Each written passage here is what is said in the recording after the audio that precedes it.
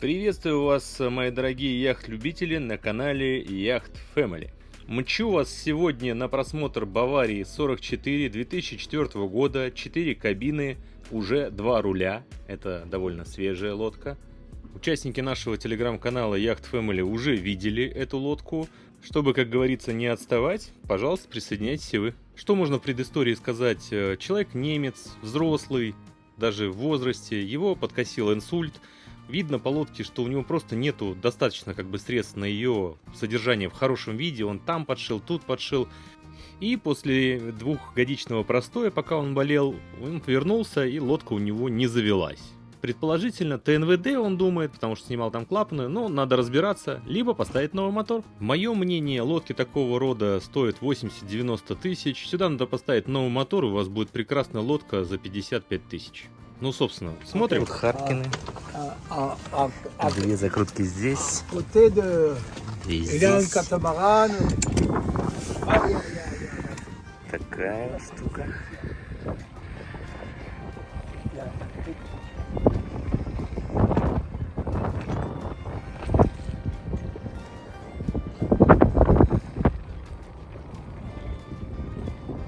Как-то интересно сделано дополнительно.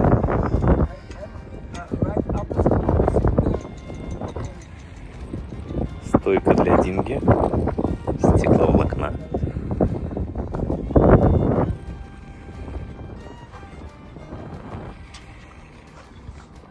Десятый якорь. Все немножечко, чуть-чуть подмято.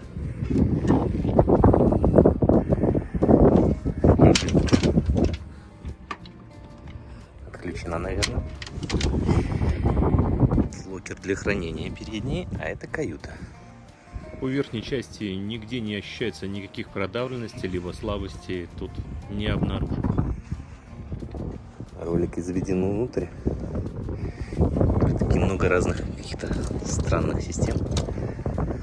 Накручено, но может делал из того, что было. Здесь тоже также стоит дополнительный штаг. И как-то ванта дополнительная. То ли она должна была быть как-то по-другому. То ли зачем это? Очень интересно, скажите, если знаете. Солнечные панели отлично. Ремарин. Ветрогенератор, который не крутится. Может, и не работает. Все очень давно. Ну, старенькое, в общем. Все такое. Дедушки, наверное, нету денег.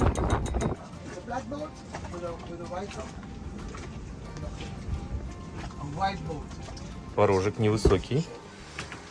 Задняя каюта чуть-чуть меньше, чем 400. Ну, не чуть-чуть, ладно. Нормально меньше. Полметра здесь, наверное, по ширине, но абсолютно двойная. Свой шкафчик, чистенько. Это симметрично такая же. Человек чуть-чуть прибрался, но так он старается ремонтировать. Здесь даже как-то прям свободно, прям на входе большой проход. Наверное, из-за того, что здесь нету. You a DJ? I'm a musician. You like musician? I'm a musician. Nice. The front toilet, I just repaired. Дедушка еле ходит. It's not functioning yet. Чуть I грязно. have to replace them. Так, тут у нас тоже проход в голову. Здесь четвертая каюта, в которой вся музыка хранится у человека. Передняя каюта поменьше, чем... Ну, для 4 каютки абсолютно вот типично. Типично. 42-ка, 44-ка, передняя каюта типичная. Но в ростовая все как положено. Туалет. Тут у нас такая движуха, сказано, какой-то ремонт должен быть. You're looking for? I see you have problem with engine. Yeah. Yeah. I don't know yet what the What the problem? is. Yeah. I checked the pressure. One on one cylinder Yeah. is no Have no pressure. no pressure compression. The other one, the other 3 are good. So I have to take the engine out here. Yeah, and I see. see. Пока вы наблюдаете, как огромный танкер, который перевозит лодки через океан, паркуется, я вам расскажу немножко о Мартиник и, в частности, Ле Марин и Санта-Анна. Ну, начнем с того, что на Мартиник Ле Марин все-таки является такой яхтенной меккой. Тут очень много яхтенных магазинов на квадрат. Тут есть всевозможные специалисты, мастерские и на воде, и на берегу.